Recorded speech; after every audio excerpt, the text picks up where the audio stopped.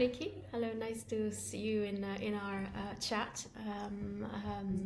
We're here to talk a little bit about the theme of 2026 for WCCM, the future of religion. What are your thoughts on this theme, and from your personal or professional experience, how do you feel about this theme, and any thoughts on that?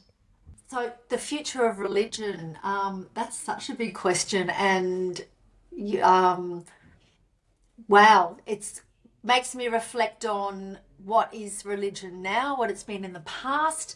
I know for me, it's been a set of rules in the past, something that I've certainly rebelled against in my teenage years, and I think that carried on for many, many years. Um, and the future, I see religion as being a place of safety.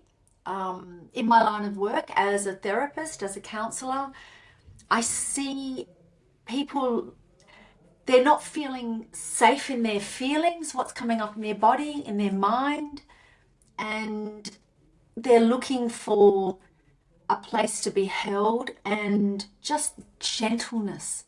I think taking off the edges, and the future of religion as well is, like it comes to the root of the words about joining people together. And I think the future is about humanity becoming together as one in acceptance of everyone's individuality, but in their humanness. I think it's really important that the future of religion speaks to that, the human experience and the human emotion, and that sometimes it's okay. The answer is that there is no answer.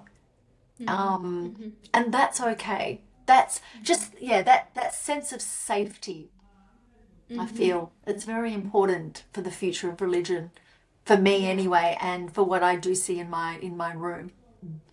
Almost taps into a human core trait, this need of safety. This need of safety and this non-judgment, when people don't feel judged, their alertness of, am I safe, scanning the environment, whatever that looks like, and it can be done on a very subconscious level. It's already that melts away. And I think, you know, religions that are very much, you must do this and you must do that, and a lot of and if you don't do that, you're not part, you're either in or you're out. How can that be the future? There's certainly values and ethics and morals and religious teachings, but the future is about it being speaking to that human condition, Mm. definitely. Mm. Yeah, yeah, yeah, yeah. And how do you feel, from your experience, I guess, from communities such as WCCM as a contemplative community, what could be the role they can play in this future, and kind of in Oh, everybody's sort of. yeah, such a wonderful role. It's such an important role. The uh, contemplative communities like WCCM, it's all about sitting, like encouraging people and showing people how to sit in silence using language that's familiar to them.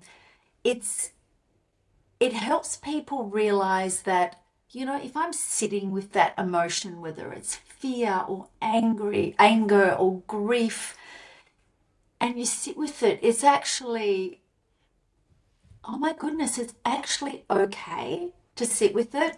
And a lot of human behavior is avoidance of those Yeah. feelings. People, they might be scrolling too much on their social media or watching too much TV, working too hard, drinking, taking drugs. A lot of that is escaping, can be escaping these feelings that are uncomfortable. And communities like WCCM, it helps show you that you can sit in your humanness, and finally, by sitting in yourself, you're ultimately open to sitting with God, if that's your way, what you believe in. But it's certainly, for me, it's really, really ironically helped me come back to religion, the WCCM. That it's, yeah, that there's, it's, for me, it's a bridge between Okay. having nothing and being linked back into a community.